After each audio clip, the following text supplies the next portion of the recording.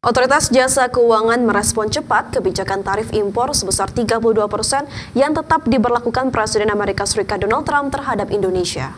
Sebagai bentuk antisipasi, OJK telah meminta seluruh lembaga jasa keuangan untuk melakukan penilaian risiko serta stres tes terhadap ketahanan permodalan dan kecukupan likuiditas. OJK juga meminta pemantauan menyeluruh terhadap kinerja debitur di sektor-sektor yang diperkirakan terdampak oleh kebijakan tarif baru dari pemerintah Amerika Serikat. Mahendra Siregar, Ketua Dewan Komisioner OJK, memastikan bahwa pihaknya juga dapat menerapkan kembali kebijakan yang sebelumnya pernah diterapkan untuk mengantisipasi gejolak pasar pada saat dibutuhkan. OJK dan Bursa telah melakukan serangkaian kebijakan antisipatif dan mitigatif yang pada saat itu diterapkan dan masih berlaku sampai saat ini. Dan sebagiannya lagi dapat diaktifasi sewaktu-waktu diperlukan. Kebijakan yang terkait dengan transaksi efek, kebijakan terkait pengelolaan investasi, maupun stimulus dan relaksasi bagi pelaku industri dapat diterapkan sewaktu. Di sela-sela berlangsungnya KTT BRICS di Rio de Janeiro, Brazil, Indonesia mendapat kebijakan tak mengenakan dari Presiden Amerika Serikat Donald Trump. Secara khusus, Presiden Donald Trump mengirim surat kepada Presiden Prabowo Subianto yang isinya penerapan tarif resiprokal sebesar 32% kepada Indonesia dan mulai diberlakukan 1 Agustus 2025 mendatang. Surat resmi dari Presiden Amerika Serikat Donald Trump inilah yang dikirimkan secara khusus kepada Presiden Prabowo Subianto. Dalam surat berkop pemerintah Amerika Serikat tersebut, Presiden Trump mulai memperlakukan tarif resiprokal 32% kepada Indonesia. Pemberlakuan tarif resiprokal ini dimulai 1 Agustus 2025 mendatang. Surat yang ditandatangani Presiden Trump ini menegaskan bahwa pengenaan tarif impor 32% untuk Indonesia diperlukan untuk mengkoreksi defisit perdagangan Amerika Serikat. Sementara itu, Sekretaris Pers Gedung Putih Karoline Leavitt mengatakan, Trump berencana mengeluarkan perintah eksekutif untuk memperpanjang jeda tarif timbal balik atau resiprokal. Leavitt menegaskan Amerika akan terus mencapai kesepakatan perdagangan dengan beberapa negara atas ekspor negara Asia Tenggara ke Amerika Serikat. Bukan hanya Indonesia, surat Trump tersebut juga dikirimkan kepada pemimpin sejumlah negara, mulai dari Jepang, Korea Selatan, Bangladesh, Kazakhstan, Afrika Selatan, Malaysia, Laos, Kamboja, Thailand, dan Myanmar. Indonesia sendiri saat ini tengah melakukan negosiasi dengan Amerika Serikat di Washington DC. Dari Jakarta, Tim Liputan IDX. Presiden Amerika Serikat Donald Trump mengumumkan tarif impor 14 negara mulai 1 Agustus 2025. Indonesia tetap dikenakan tarif 32%, sedangkan barang-barang yang diimpor ke Amerika Serikat dari Jepang, Korea Selatan, Malaysia menghadapi tarif 25%. Presiden Amerika Serikat Donald Trump mengumumkan hal baru terkait perang dagangnya. Kali ini impor dari 14 negara akan menghadapi tarif menyeluruh yang tinggi mulai 1 Agustus. Dalam serangkaian unggahan media sosial, ia membagikan tangkapan layar surat formulir yang mendiktekan tarif baru. Barang-barang yang diimpor ke Amerika Serikat dari Jepang, Korea Selatan, Malaysia, Kazakhstan, dan Tunisia sekarang akan menghadapi tarif 25%. Barang-barang Afrika Selatan dan Bosnia akan dikenakan tarif Amerika Serikat sebesar 30%. Impor dari Indonesia akan dikenakan bea cukai sebesar 32%. Bangladesh dan Serbia sama-sama dikenai tarif 35%.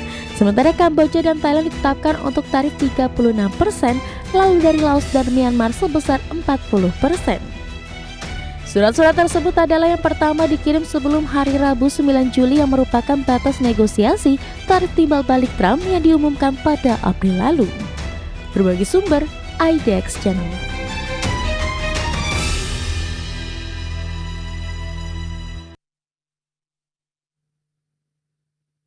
Sementara itu pemirsa, Menteri Koordinator Bidang Perekonomian Erlangga Hartarto bertolak ke Washington DC, Amerika Serikat untuk melanjutkan negosiasi kebijakan tarif resiprokal 32%.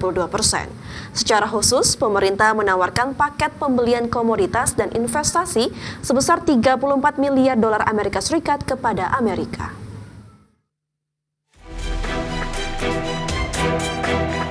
Pemerintah masih melanjutkan proses negosiasi atas kebijakan tarif resiprokal pemerintahan Presiden Amerika Serikat Donald Trump. Menteri Koordinator Bidang Perekonomian Erlangga Hartarto usai mendampingi Presiden Prabowo Subianto menghadiri KTT BRICS di Rio de Janeiro, Brazil, dijadwalkan bertolak ke Amerika Serikat untuk melanjutkan negosiasi tarif resiprokal. Adapun saat ini Indonesia masih berada di bawah ancaman tarif masuk barang sebesar 32% ke Amerika Serikat. Sebelumnya Erlangga menyebut pemerintah bersama pelaku usaha Indonesia menawarkan paket pembelian komoditas dan investasi sebesar 34 miliar dolar Amerika Serikat kepada Amerika Serikat guna menyimbangkan defisit perdagangan Amerika Serikat terhadap Indonesia yang mencapai 19 miliar dolar Amerika Serikat. Nah, tentu arahan Bapak Presiden dengan adanya komitmen pembelian oleh Indonesia terhadap produk Amerika ini yang sifatnya tidak short term tetapi bisa long term. Ini akan istilah Pak Presiden pakpok. Jadi kita atau bahasa jelasnya KIT. Jadi kita trade defisit Amerika terhadap Indonesia 19 miliar dolar, tetapi yang kita offer pembelian kepada mereka itu jumlahnya melebihi, yaitu 34 miliar dolar.